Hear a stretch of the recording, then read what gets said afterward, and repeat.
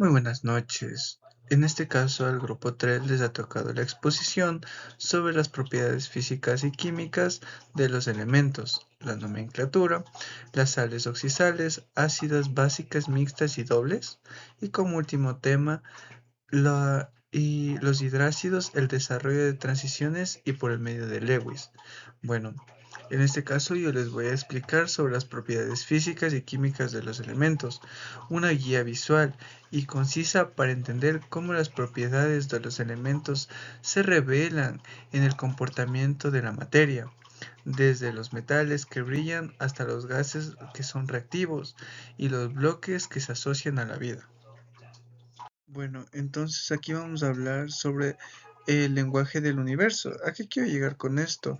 La naturaleza de un elemento. Bueno, como se sabe, un elemento químico es una sustancia pura formada por átomos con una misma identidad nuclear.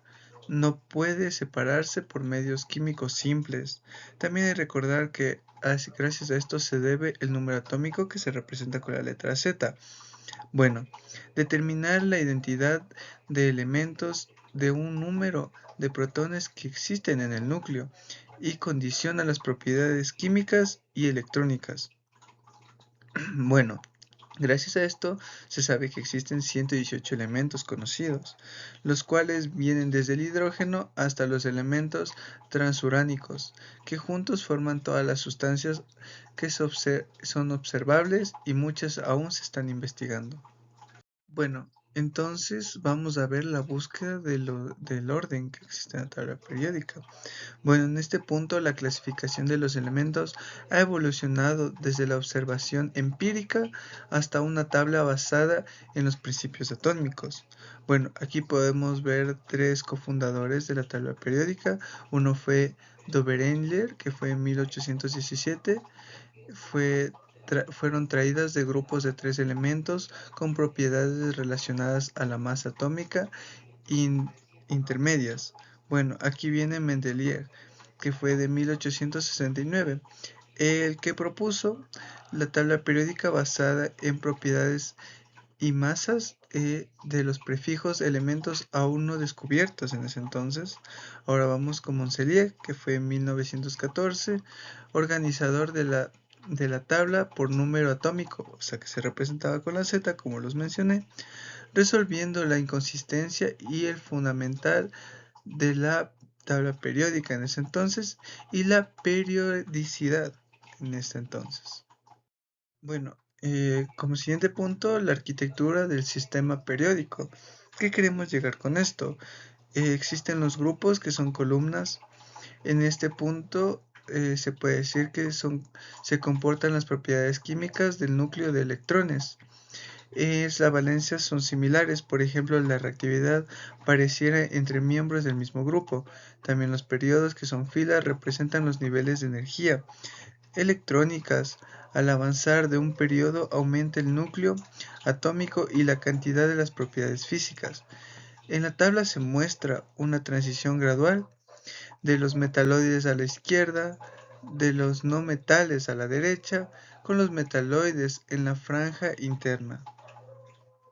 Bueno, ahora les voy a hablar sobre los metales brillantes y conductores. Bueno, en sus propiedades físicas existe el brillo, la maleabilidad, la conductividad. Suelen ser de los sólidos a temperatura ambiente, excepto el mercurio en este caso. La conductividad, excelentes conductores de electricidad y temperatura debido a los electrones libres en su red.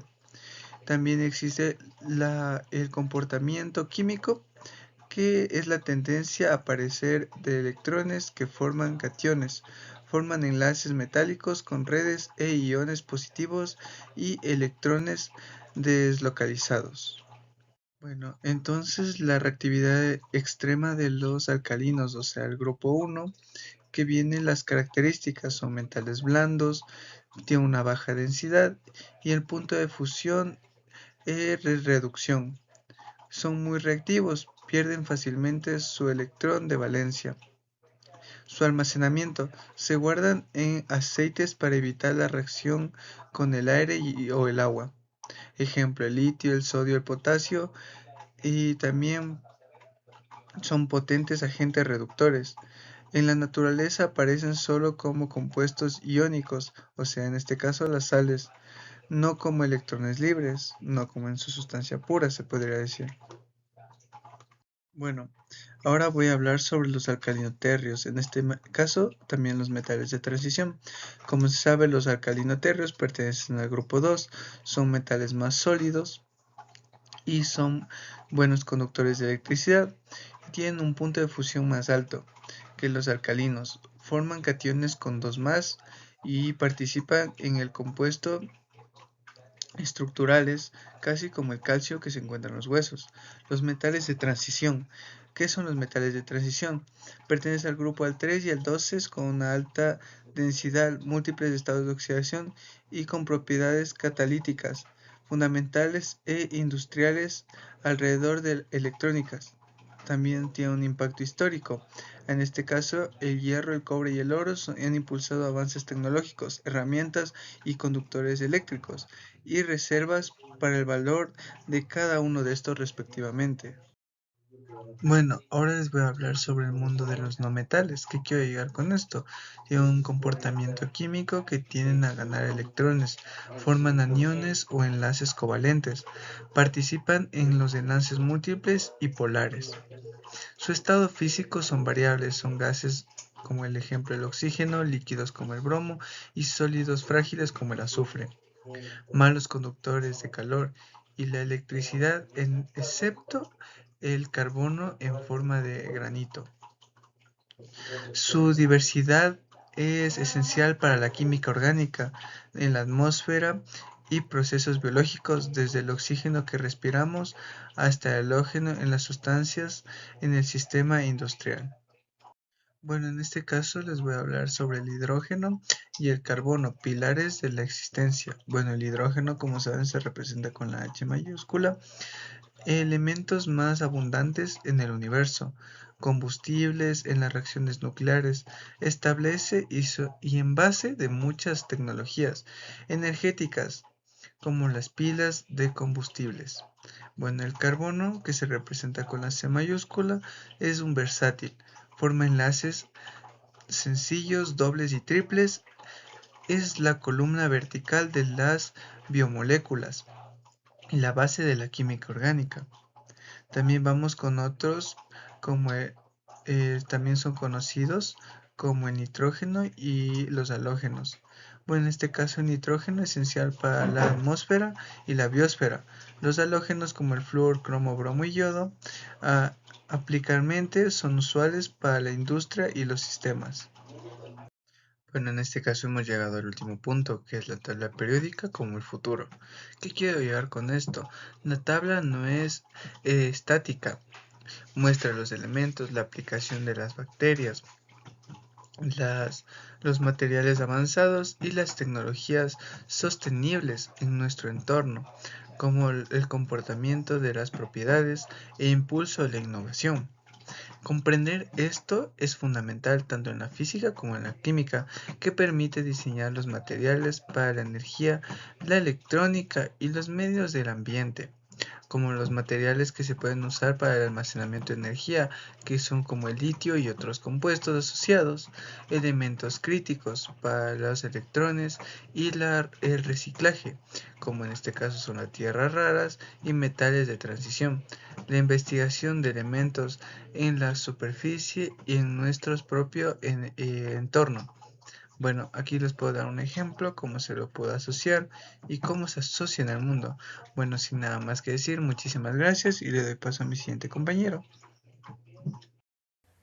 Hola con todos, yo hoy les voy a hablar de la nomenclatura. Empecemos por saber qué es la nomenclatura química. Es el conjunto de las reglas establecidas por la UPAC, que es la Unión Internacional Química Pura y Aplicada. Esta sirve para asignar un nombre único y correcto a cada compuesto químico según su composición y su estructura. Esta tiene una importancia relevante ya que nos permite que los científicos del mundo utilicen el nombre para una sustancia, evita confusiones al identificar compuestos, facilita la comunicación científica y el aprendizaje química y ayuda a conocer la composición de un compuesto solo con leer su nombre. ¿Cuál es el objetivo de la nomenclatura? En sí es explicar cómo nombrar los compuestos químicos de acuerdo a las reglas UPAC. Nos ayuda a identificar diferentes tipos de nomenclaturas químicas, aplicar las reglas de nomenclatura para nombrar correctamente los distintos compuestos químicos, diferenciar la nomenclatura tradicional, stock y sistemática mediante ejemplos. Aquí encontramos los tipos de nomenclaturas, que son tres: la nomenclatura tradicional, la stock y la sistemática.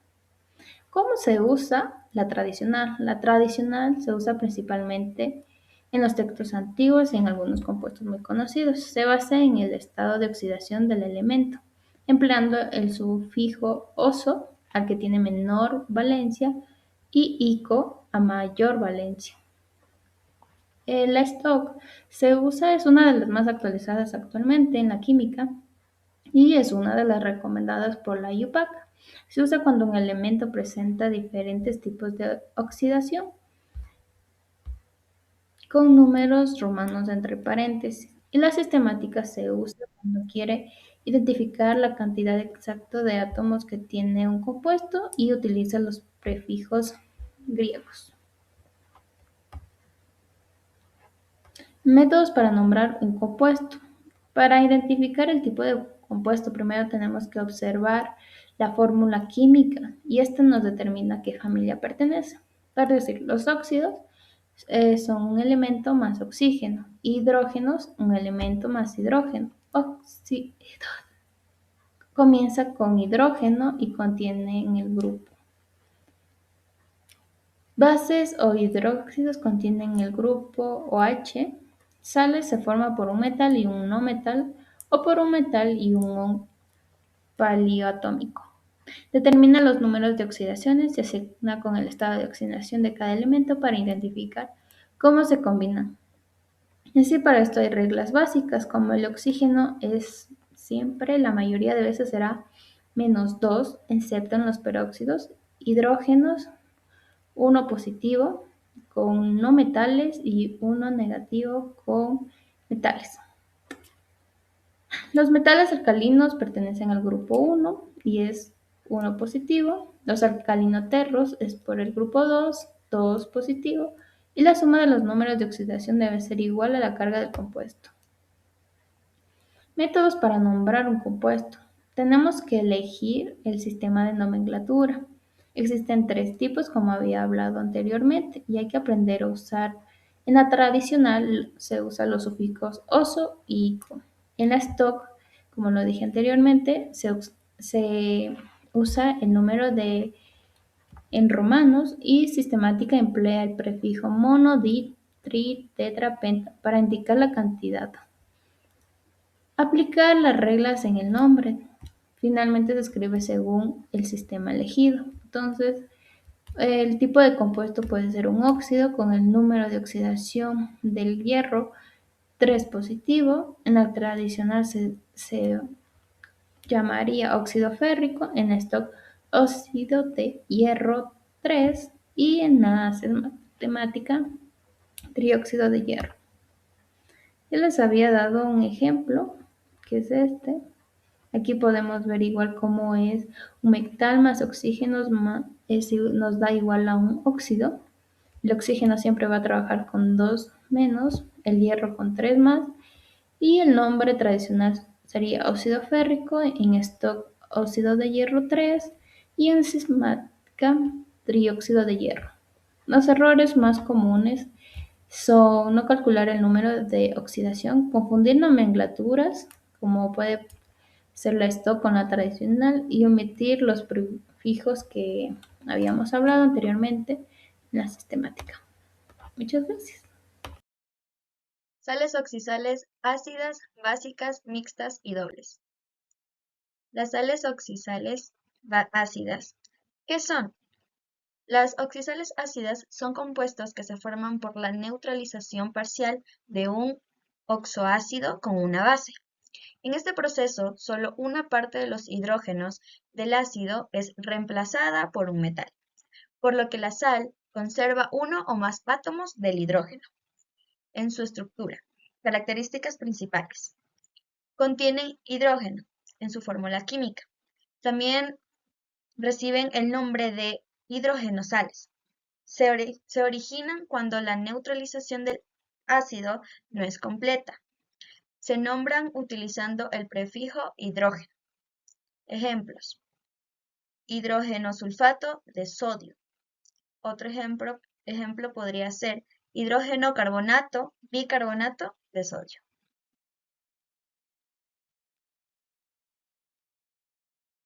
Oxisales básicas. ¿Qué son? Las oxisales básicas se forman por la neutralización parcial de una base con un oxoácido. En este caso, la reacción no consume todos los grupos hidroxilo de la base, por lo que la sal conserva uno o más grupos hidróxidos, OH. Características principales. Contienen grupos hidroxilo, OH. Se forman cuando la base no reacciona completamente. Presentan propiedades intermedias entre una base y una sal. Se nombran utilizando el término básico. Ejemplos: nitrato básico de magnesio. Y otro ejemplo sería carbonato básico de cobre. Oxisales mixtas. ¿Qué son? Las oxisales mixtas son sales que contienen un mismo catión metálico, unido a dos aniones diferentes, los cuales provienen de distintos oxoácidos. Esto le da una composición química más compleja que la de los oxisales simples. Características principales. Poseen dos radicales ácidos diferentes. Se forman por la combinación de un metal con dos oxoaniones. Mantienen la neutralidad eléctrica del compuesto. Son menos comunes que las oxisales simples. Ejemplo: el nitrato clorato de calcio. Para terminar, oxisales dobles. ¿Qué son? Los oxisales dobles son compuestos que contienen dos cationes diferentes combinados a un mismo anión. Se obtienen generalmente por la cristalización conjunta de dos sales compatibles. Características principales. Contienen dos metales diferentes en la misma estructura. Comparten un mismo oxoanión. Son compuestos estables y ampliamente utilizados en diferentes procesos industriales y de laboratorio. Algunos se encuentran de forma natural en minerales. Por ejemplo, alumbre de potasio, y otro ejemplo sería sulfato doble de amonio y hierro. Muchas gracias. Hola, vamos a hablar sobre los hidrácidos, desarrollada, tradicional y Lewis. ¿Qué son los hidrácidos? Los hidrácidos son ácidos que forman hidrógeno y un no metal, sin contener oxígeno. Su fórmula es ni hidrógeno más no metal. Ejemplo, el ácido clorhídrico, bromohídrico, sulfurhídrico, cuando están disueltos en agua, liberan hidrógeno, por eso se consideran ácidos. La fórmula desarrollada es la forma en la que se escribe mostrando los átomos que forman el compuesto, como el ácido clorhídrico, como estamos viendo que un oxígeno se une a los hidrógenos y al cloro. Nomenclatura tradicional. Para nombrarlo se sigue esta regla, que es un ácido más raíz de no metal más un hídrico. Ejemplo, el ácido clorhídrico, ácido iohídrico, ácido sulfurhídrico y ácido bromohídrico. Estructura de Lewis.